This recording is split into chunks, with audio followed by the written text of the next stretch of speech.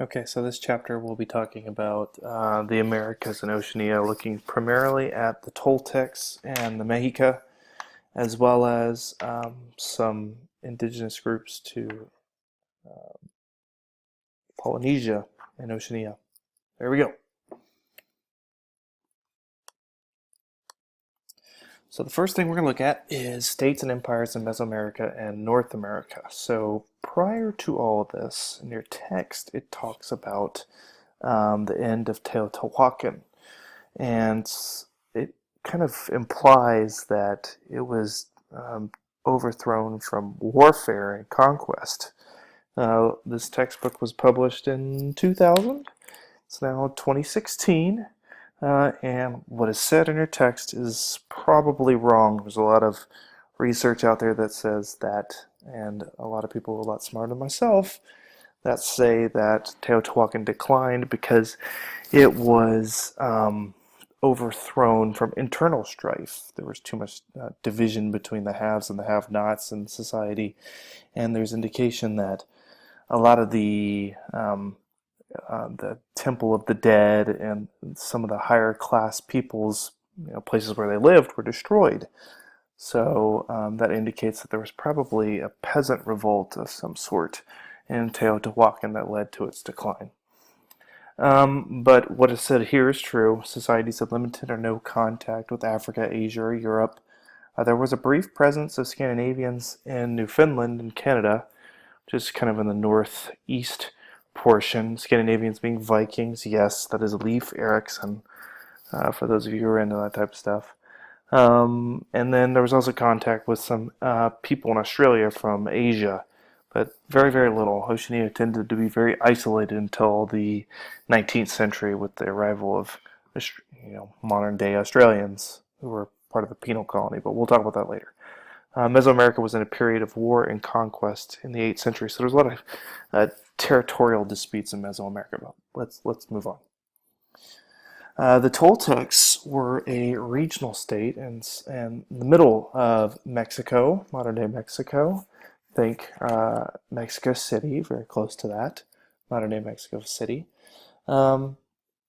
Religious and cultural influence of collapsed Teotihuacan, so they adopted a lot of Teotihuacan's cultural practices and beliefs and made it their own, and there were some changes made as well.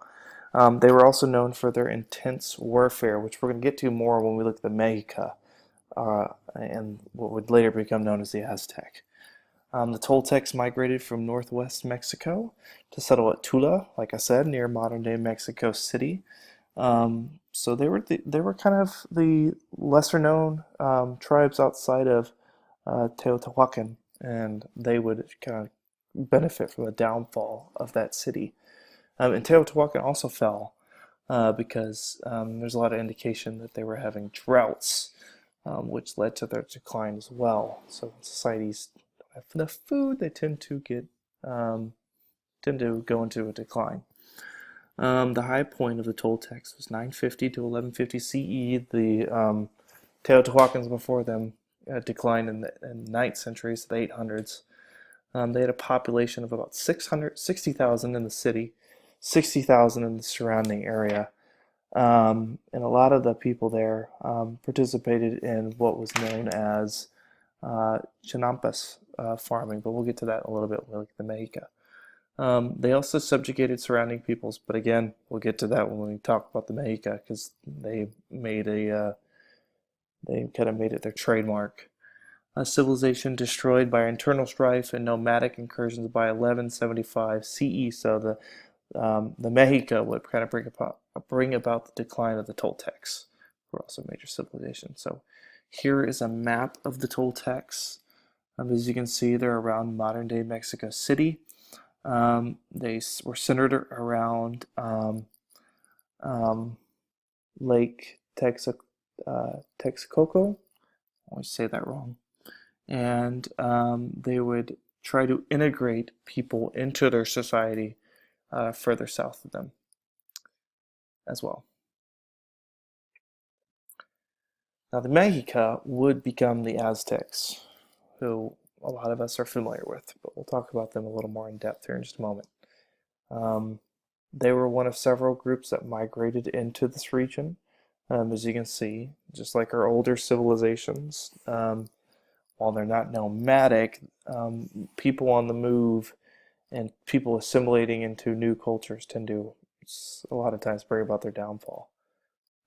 Tradition of kidnapping women and seizing cultivated land. So we saw Toltecs kind of, subjugating people outside of their empire.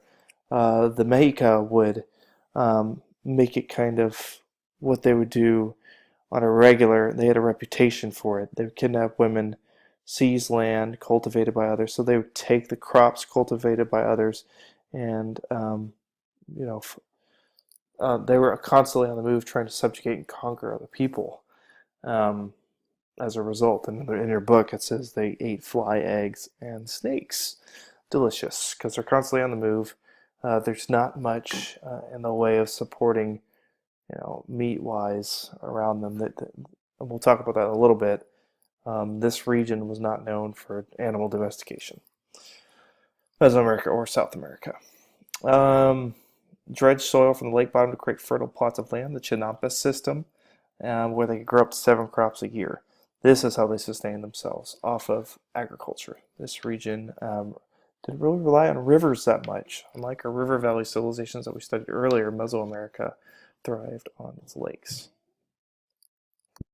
So the Mexica, or the Aztec as they are now, began to follow a policy of expansion. So just like the empires in the Eastern Hemisphere, in Persia, Greece, Hellenistic, Roman Empire, the Muslim Empire, they expanded territorially as well.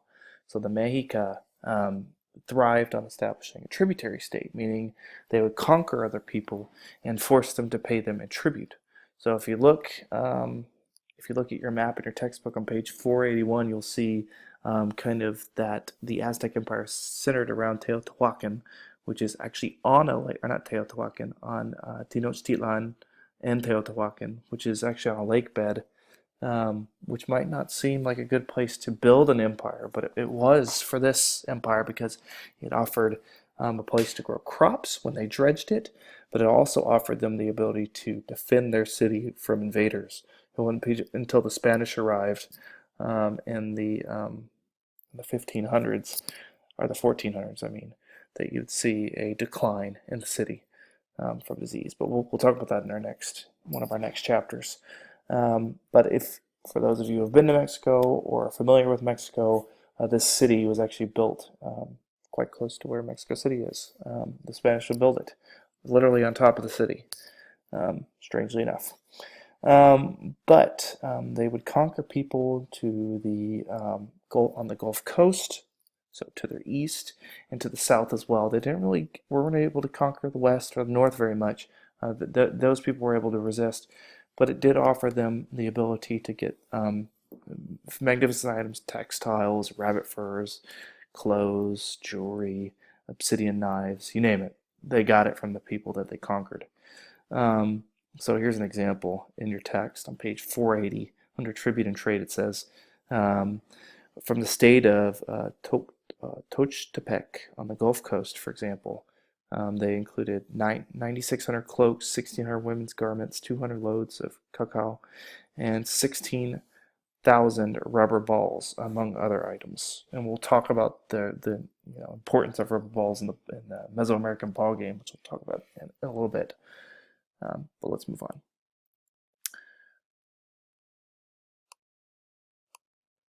So here's an example. This one's not from your text, but there's a similar picture in your text on page 482 that kind of has a Spanish representation of tribute from towns near Montezuma and his empire. So towns would deliver things to the city, such as jaguar pelts, as you see, are feathers, tropical bird feathers, all things that maybe this region didn't have, so they had people bring it to them. So they were definitely thrived on establishing a tribute state because they didn't have an elaborate bureaucracy or administration, so they relied on their allies and the people they subjugated to essentially prop up their government's economics. Aztec warriors were also an extremely important part of their culture and society, as you see here. That the one in the center is the jaguar warrior. The weapon he's holding is actually um, lined with obsidian, which is a volcanic rock that's sharper than a lot of metals. So let's just say getting hit by one of those things would be extremely painful. But yes, they were the warrior class were quite elite in Mexica, or Aztec society. The next picture we'll see is the CHINAMPAS system. This is the modern example of it, but as you can see, the plants are growing quite near the lakes, and this culture had to rely on agriculture because they just didn't have the types of domesticated animals they had in the Eastern Hemisphere. It wouldn't be until the Columbian Exchange that we'd see an establishment of new domesticated animals in this region. Now we see, this is a map that's in your text on page 481, kind of example of where the Aztecs were, where the Toltecs were, and where the Maya are. The Maya are further east in the Yucatan Peninsula and are an older civilization, but they share a lot of the same cultural characteristics.